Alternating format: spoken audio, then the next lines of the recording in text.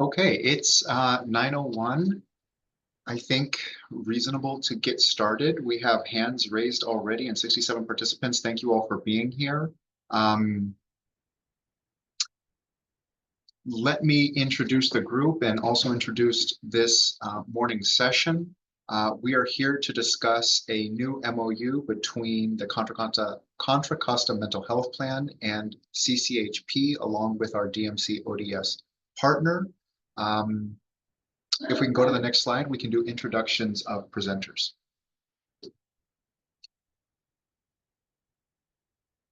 Katie? Good morning, everyone. I'm Katie White. I'm the Chief of Managed Care for Behavioral Health Services. Thank you for attending this morning. I'll pass it over to Fatima. Good morning, everyone. My name is Fatima Matasol. I'm Chief of Alcohol and Drug Services in Contra Costa with Behavioral Health. Gina? Good morning. Yes, I'm Gina Griffiths, and I am the Program Manager for the Care Management Unit, which oversees our contracted network providers. And my name is Nicolas Barceló. I'm one of the medical directors at the Contra Costa Health Plan, and amongst other roles, work in the behavioral health department. Next slide, please. So as mentioned, the purpose of this training is to invite providers and staff who are implicated by the content of this MOU to a training so that there may be awareness regarding what the MOU contains and what its implications are. Wanting to clarify, the separate parties, and this is something that I think is an important takeaway for, again, providers and staff. The Contra Costa Health Services division includes distinct departments, including a mental health plan, a drug Medi-Cal organized delivery system, and a managed care plan. So CCHP, where I work, and BHS, where Katie and Gina work, and the DMC ODS plan, where Fatima works, are distinct organizational entities. For that reason, our collaboration, as overseen by regulators at the Department of Healthcare Services, does require certain legal documents that outline the processes by which we collaborate, by which we share data, by which we dispute or resolve disputes regarding payment, how we manage our networks, and how we importantly support members in accessing the services that are part of our responsibilities, and how we support our providers in delivering those services. And so again, in order to really leverage this new agreement that went live in July of this year to its maximum capacity to promote quality, to promote equity, to facilitate access to needed mental health services and substance use services, we're here to discuss with you, again, what is included and what is most relevant to you as providers, as coordinators, as staff who are implementing our roles. Next slide, please. So we'll get into the MOU in a bit more detail. I just want to highlight that the health plan and behavioral health have had an MOU of some form for many, many years. Dating back to 2014 with the Affordable Care Act, we really dug in and solidified a delegated MOU and the foundation of our continued partnership between the plan, behavioral health, and so that includes mental health and AOD. And this last year, the state came out with a template, and we adopted that template, updating it slightly. And so that'll be in place for 3 years or updated as needed. But also want to mention that we integrated the mental health and the AOD template so that we have one. But really the purpose of this, it's a formal agreement highlighting the roles between, the mental health plan and the health plan and SUD. And the primary purpose is really about care coordination. So how to maximize and streamline how clients move through the system, making sure that we're integrated and coordinating the care. The primary goal really is just improved transparency. That's why Dr. Barcelo mentioned that we have this training. We are going to post it on our website so that everyone knows, their roles, including you as the provider and staff, and that we have effective communication really for the purpose of serving our Medi-Cal beneficiaries. And we'll go to the next slide here.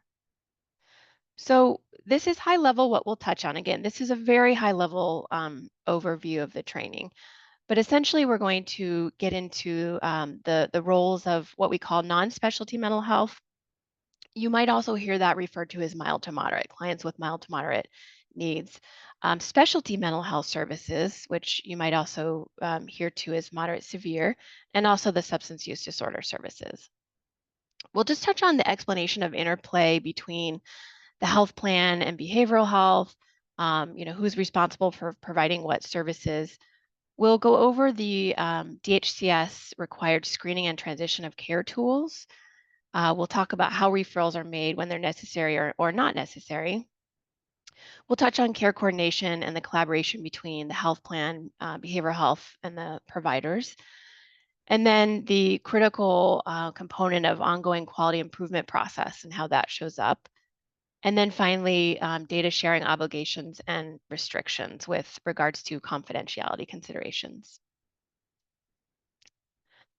So this is just an overview. I'm not going to touch on all the services, but delineating what falls into the specialty mental health, or what we might call more severe needs, as well as non-specialty. And then I'll turn it over to Fatima to touch on SUD. The overlap, as you can see here, between the specialty and non-specialty are the traditional outpatient services. If someone comes into services, they're generally assessed, and that might entail individual, family, or group therapy, as well as medication support services. And then, as you can see here on the specialty side, we really try to hold a member where they're at the lowest level of care, but occasionally they need additional support, which might look like targeted case management. At times, they might need crisis intervention, which are A3, anyone, anywhere, anytime, would come into play. And then there's an array of services for youth as well, such as therapeutic behavioral services, intensive care coordination, and so on. We also really have a robust and goes back years peer counseling support services. So these are people with lived experiences supporting our clients. And then on the non-specialty side, we touched on that. There's some additional services such as psychological testing, psychiatric consultation, labs, supplies, etc. Fatima, would you mind touching on SUD services? Thanks, Katie, I will. And if you think there was an overlap between specialty mental health and non-specialty mental health, there is also an overlap with substance use disorders. And so one of my many roles is to educate the public, providers, and anybody else in the community about the fact that behavioral health includes both mental health services and substance use. It is not, one or the other. And the reason is a lot of the patients that you see, or a lot of the clients that you see, may have both conditions. They don't have to have both of them. They can exist separate from each other, but oftentimes, and most recently, is a combination of the two. And so substance use services you're going to hear a lot the acronym of SADS. That's another part of the words or acronyms that you're going to, take with yourself today as a takeaway from this presentation. So SAD services are considered a carve-out. It means they're not delivered by Contra Costa Health Plan. This is why the MOU exists, so that there is better coordination. The reason is some of the patients you see have a substance use disorder, and we know you're doing a very good job at screening everyone who comes through your door and who you see. And when that happens, individuals presenting with a substance use disorder are offered treatment and recovery services through the DMC ODS plan, which is operated by Alcohol and Other Drugs. Services include residential services, outpatient, intensive outpatient, medication-assisted treatment for both opioid and alcohol use disorders. And we also provide recovery support services. Many people who enter our doors are not ready to enter into a higher level of care. They may just need somebody who can coach them and support the recovery process from a very a less invasive way, from the point of where they are in their recovery process. So those services are delivered through alcohol and drugs. Next slide. Right, so how to access those services. So we have an integrated access line which handles both mental health and AOD services. So any individual within Contra Costa County may call the access line. With the call, they'll be screened with the state standardized screening tool. From there, a referral will be made to either the non-specialty or the specialty mental health services. And as Katie had mentioned, for specialty mental health, those services are provided through three main categories in the county. So we have community-based organizations, we have county-owned and operated clinics, and then we have our network of providers.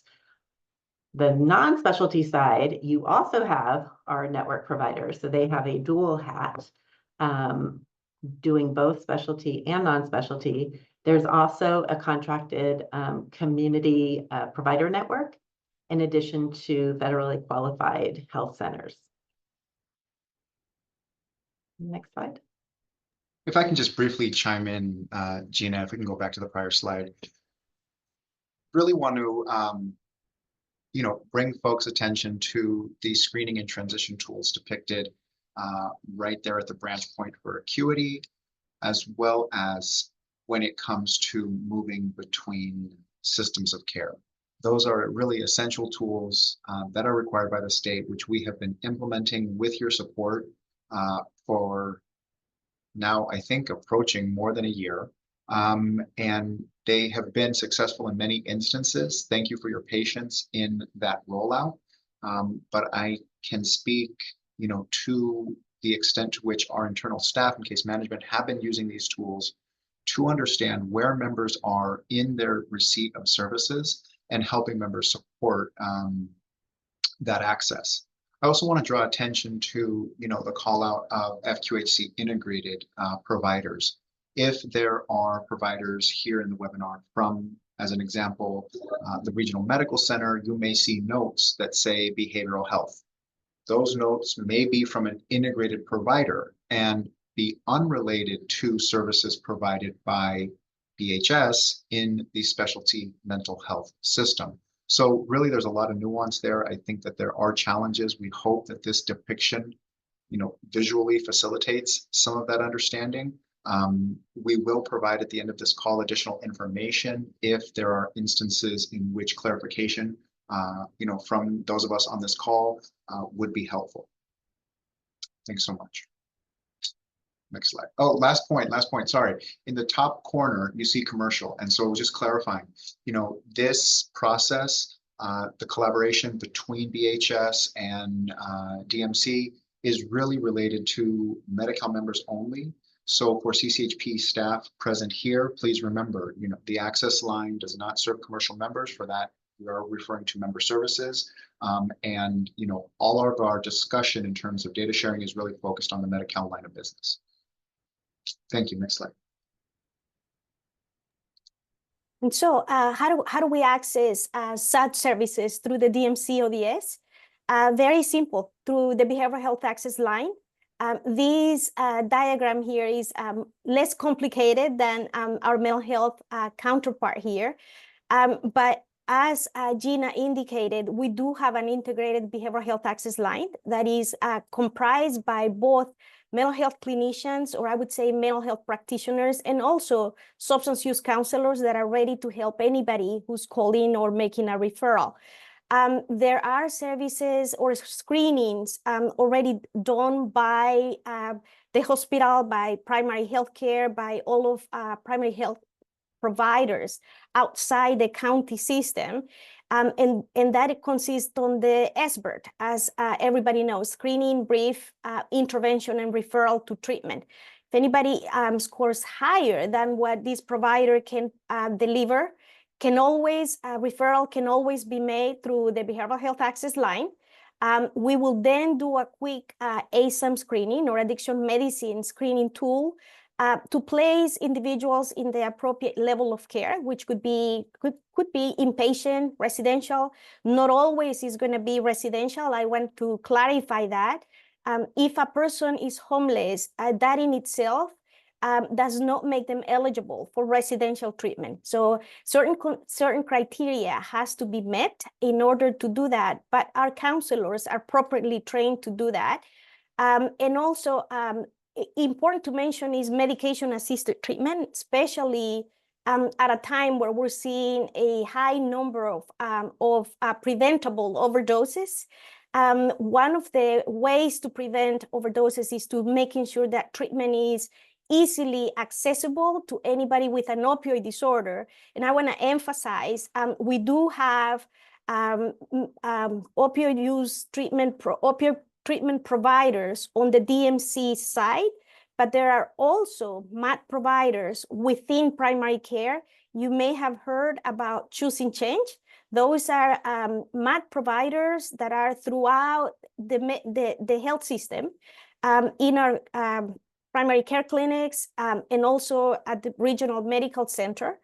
Labor and delivery, there's providers that are already initiating patients on buprenorphine, and then they continue their services on ambulatory care basis. So just to emphasize, if in doubt, always go through the behavioral health access line. Thank you. And so I hope, to Fatima's point, folks will understand, if we can go back to that last slide, this slide does not encompass all services available, nor all pathways to receive services. But what we are trying to emphasize is that these services exist in both delivery systems, through CCHP at the primary care level, through CCHP with our non-specialty mental health providers, but then also through BHS's DMC ODS, where a range of acuities can be provided treatment. With that, we can go to the next slide. So to that point, we're talking about members enrolled in CCHP's managed Medi-Cal, who are receiving services from different systems of care, benefits that are carved out to different plans in separate organizations.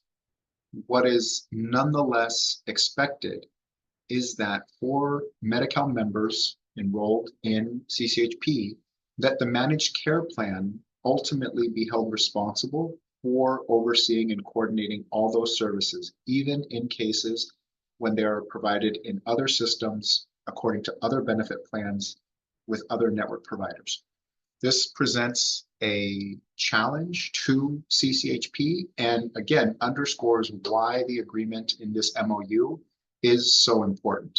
It is because, again, we hope to strengthen our collaboration with BHS and the DMC plan to ensure that service delivery is with as few barriers as possible, and that these be efficient pathways for providers and patients.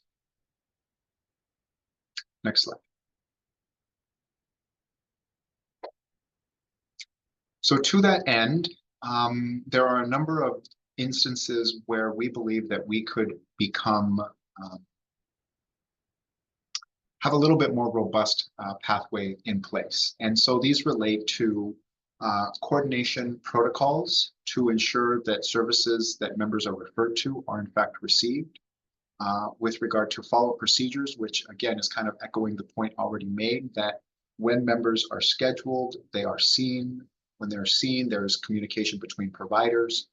And ultimately that we ensure continuity of care in terms of ensuring things like transportation, which are Medi-Cal benefits, ensuring things like care coordination in cases that members fall through the cracks.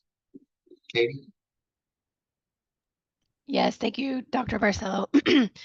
And we'll, excuse me, we'll touch on this throughout. You know, these themes are really critical to putting the client at the center and making sure that you as the provider and staff, that we're all communicating and supporting the member, because we have a complicated system. We want to make sure that we're helping them navigate. Now I think we'll move on to the screening and transition tool. Yeah, so as we mentioned earlier, you know, whenever somebody calls the access line, they are any new individual is provided with a state standardized screening. This is just to identify the appropriate delivery system. From there, once they're in the delivery system, it's up to the delivery system to assess whether or not ongoing services within that system is necessary. Whenever it is not necessary, or they're ready for a step down or step up, that's when the transition of care tool comes into play. Next slide. So screening, as mentioned, that's the first step. It is not meant to be a comprehensive assessment. It is just the first screening. Something else I will say about the screening is if an individual contacts a provider directly, you do not need to complete a screening. And so you can jump into the assessment. Not everybody needs to be screened. However, if they do call the access line and they are new, they will be provided a screening. But if you're an individual provider, you can jump into the assessment process and from there determine what appropriate delivery system, what delivery system would be most appropriate for that individual, either specialty or non-specialty. Okay, next slide. So transition of care, this is a biggie. So these referrals are made when you've been seeing a client. So if you are part of the CPN and you have decided to complete a screening and you determine that or the screening determines that the individual is more appropriate for specialty mental health services, then you would not need to submit a transition of care tool. You would contact the access line with the screening and a referral would be made appropriately. However, if you have completed an assessment and or you've been providing treatment to an individual and you make the determination that they need to switch delivery systems, so it would either be a step up, meaning they've been receiving non-specialty services and now they're needing specialty services, or vice versa, they are receiving non-specialty and now they need specialty, you would submit the transition of care tool. And that is through a referral. The purpose of that is to really help with the coordination, ensuring that the person who will be receiving this referral has an understanding of what treatment has been provided, what symptoms, impairments are in place, and how this individual may best be served. Once the people submitting the transition of care tool have an obligation to continue treatment until an appointment has been confirmed with the new delivery system. And that's called closing the referral loop. So please, when you submit the referral, make sure to keep in touch with your client and make sure that they are connected with the new delivery system. It's also nice if there is direct communication. So within CC-Link, you are able to send staff messages. And so, you know, please feel free to do that as well. We encourage direct collaboration when submitting the transition of care tool. Next slide. So this is just solidifying everything we've touched on, the importance of care coordination and that providers and staff are really central to this as members, you know, move through our delivery system. And as Gina mentioned, in particular with the transition of care tool, which that is just for mental health, specialty mental health. I think Fatima can briefly touch on SUD. There's similar processes in place, but again, the importance of holding the client, you know, continuing to see them until they're successfully handed off to a different provider, different level of care or system is really important. And that DHCS refers to this as closing the referral loop. So again, just making sure that, even though the member may not qualify for that level of care any longer, you've submitted that transition of care, just the importance of staying connected and so that they don't slip through the cracks. Dr. Barcelo, anything you wanted to add to this slide? No, thank you, Katie. What you mentioned gets to the heart of the challenge. We are working in distinct systems that at times can seem fragmented, and all parties here present are stepping up to identify new processes to support members and providers to facilitate communication. Before we move into the next slide, I just want to mention that we will begin answering some of the questions in the chat. Thank you for these questions. Please note also that at the last slide, we will be providing some direct contact information for any follow-up questions or any questions that we need to defer at the present time. But again, thank you for that input, and I'll hand it over to Fatima for the next slide. And while we all value care coordination and we recognize how important it is, especially for some of our patients and clients who may be much more vulnerable than others, we also know that some of the barriers are fragmented communication between parties that leads to information silos. It means, I hold the information and you as a provider, when you made the referral through the behavioral health access line, you never knew what happened with that referral. Well, one of the requirements of this MOU is that we communicate that we eliminate those silos, and so that we improve effective patient care and continuity of care.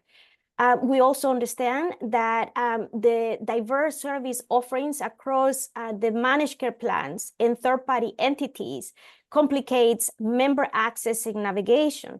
As an example, under the DMC ODS, we also rely on second parties for delivering those services. The DMC ODS not only relies on county operation, ours is minimum. A lot of our service delivery is done by second-party providers. And when we talk about communication, it makes it a little bit more complicated. So some of the proposed solutions are that we enhance training programs and develop standardized communication tools to streamline coordination efforts effectively. Next slide.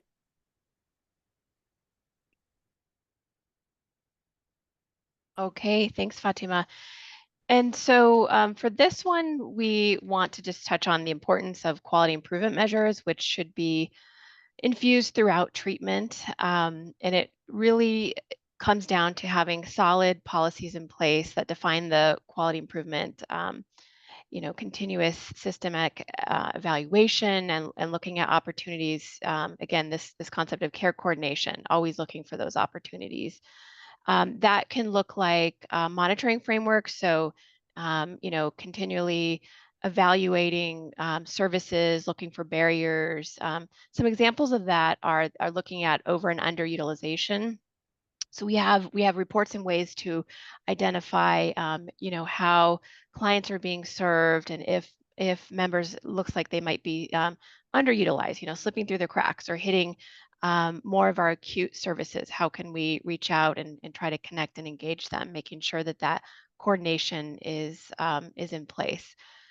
So looking at that, and then we also do quality review. So looking at your, if you're a treating provider, looking at your charts, your documentation, providing feedback on, how to improve those services and documenting those. Just a couple examples there. And then establishing these feedback mechanisms to get input from members and also you as providers on making sure that we're being responsive to members' needs. So some examples of that is an annual satisfaction survey of reaching out to our members to get their feedback on what's working and what's not. And then also leveraging our peer support, which I did see a question in the chat. And for peer support services, I can speak to the behavioral health system of care. We have, like I mentioned, we've had peers for many, many years. I think we were one of the first counties to really have a robust network of peers with lived experiences. They go through a program at Diablo College where they get a Spirit certification, and they're really the backbone and support of our services. So as far as getting those services, usually that would be at our county regional clinics, but they can also be augmented in other ways. And at that, I think we can go on to the next slide. Thank you, Katie. So, this MOU could not come at a better time. As many of the staff of our respective organizations are aware, but want to make sure providers are also aware, we were audited by DHCS, which is our state regulator, in 2023. And we've recently received our report. This is a public report available at the DHCS website if anyone would like to review it in full. And DHCS identified some opportunities to improve. These are ideas that we've already identified in this presentation, but really that we will be looking to you as staff and providers to support addressing these opportunities for improvement. And it may sound like we are echoing a lot of what's already been presented, and that's because we are, right? And at the end of the day, the findings, of which there are 5, relate to what's been discussed when it comes to coordinating the receipt of services across systems. And so again, for Medi-Cal members enrolled in CCHP's Managed Medi-Cal, we will be launching efforts in collaboration with our VHS, Specialty Mental Health, and DMC ODS partners to ensure that when a member is referred to Specialty Mental Health or to SUDS programs, that they receive the services for which they were referred. This will require changes in our staffing and our daily workflows, but will also, necessitate outreach to you as providers. The transition tool that was submitted, can we confirm that transition appointment was received? The member who was hospitalized and had a post-discharged appointment, can we confirm that took place? We'd like to make sure that these processes are as non-intrusive as possible. We understand that providers are busy and we appreciate the work that's being done.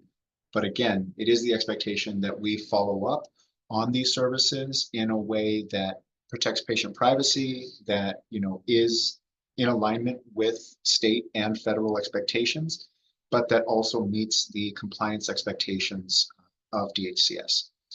And so please be on the lookout for follow-up communication regarding how we as distinct entities plan to come together to address these opportunities and work to promoting quality. Thank you. Next slide. And we do want to thank you all. I'm going to detail what Dr. Brasello said. We are appreciative for the care that you deliver to our patients. At the end of the day, there's some key takeaways and a conclusion about this presentation. The need for compliance. We need to ensure compliance with the MOU. This is vital for effective healthcare delivery and for resource utilization. We also know that collaboration, it is extremely important. Fostering collaboration first between amongst all of us here, the MCP, the MHP, and the DMC ODS enhances service integration and patient outcomes. Future enhancement directions. We need to continuously advocate for streamlined communication, innovative training initiatives, and integrated data sharing to improve cooperative efforts.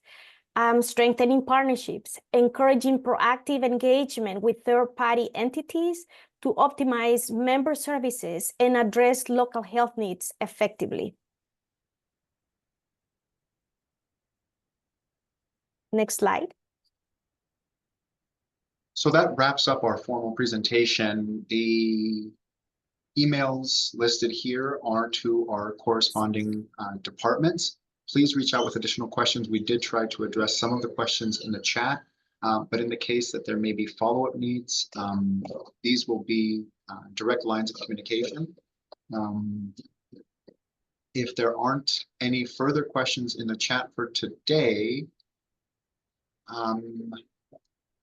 we can follow up. I see one regarding Matt. Maybe Fatima can follow up via email. Otherwise, I want to wish everyone a wonderful morning and thank you for your presence here today. Thank you for your time, everyone. Have a great day.